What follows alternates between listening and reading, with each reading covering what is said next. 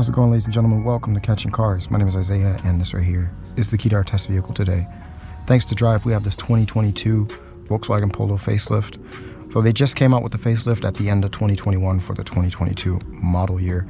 This one is the 1-liter TSI engine, hooked up to the DSG transmission. We don't have too much time with it today. We won't be able to do a timed acceleration run either. I'm just going to take you guys along this short little POV. I'm going to tell you guys what I think of the Polo and the new facelift. Before we get going, be sure to subscribe to Catching Cars. And since we're already here, I'm just going to go ahead and get going.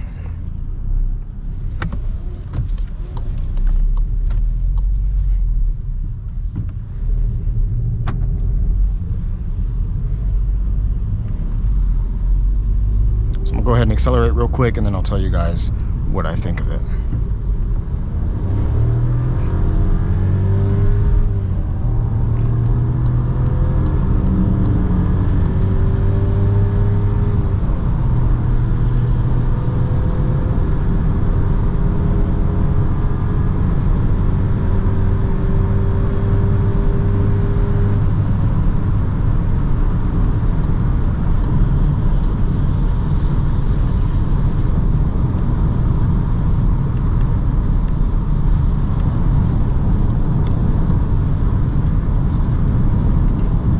Alright, so the 2022 Volkswagen Polo.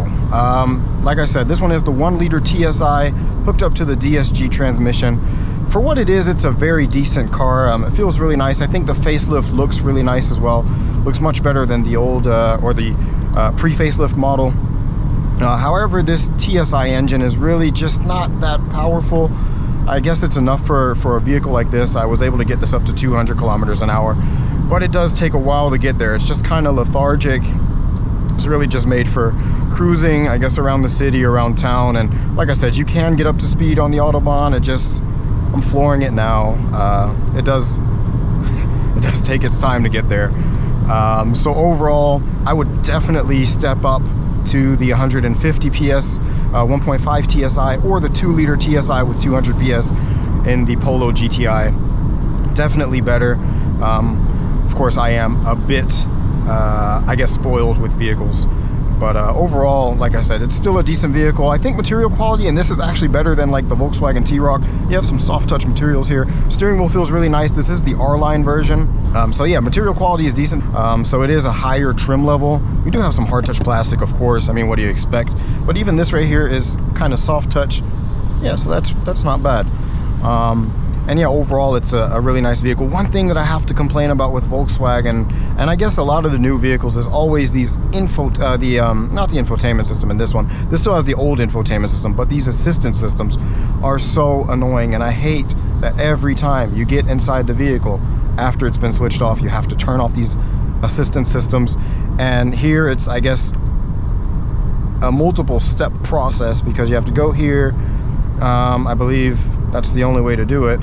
Then you go to assistance, car's still in German, but you go to assistance here, then you have to click down, and then you can turn off everything. And it's just so annoying, especially like, for instance, you have the adaptive cruise control, which is super annoying as well, because it measures the distance between you and the vehicle in front of you. But if you get a bit too close to that vehicle, it'll hit its brakes for no reason. It just kind of messes with the flow of traffic. So I normally just use the limiter, the manual speed limiter, and then I'll set my speed, and then I'll just give it gas, and it'll limit the speed to that speed I want.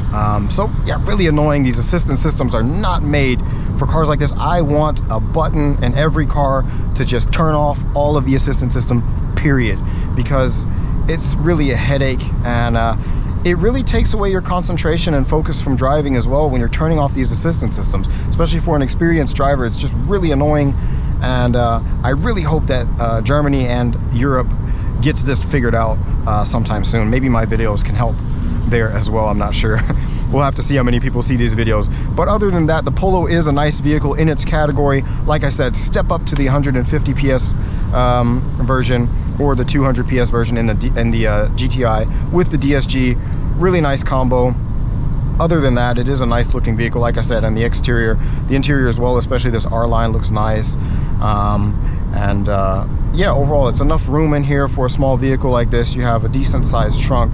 Everything is just really well made. So yeah, not a bad vehicle at all. So that'll be it for today, guys. Be sure to subscribe to Catching Cars, and I will catch you guys in the next video.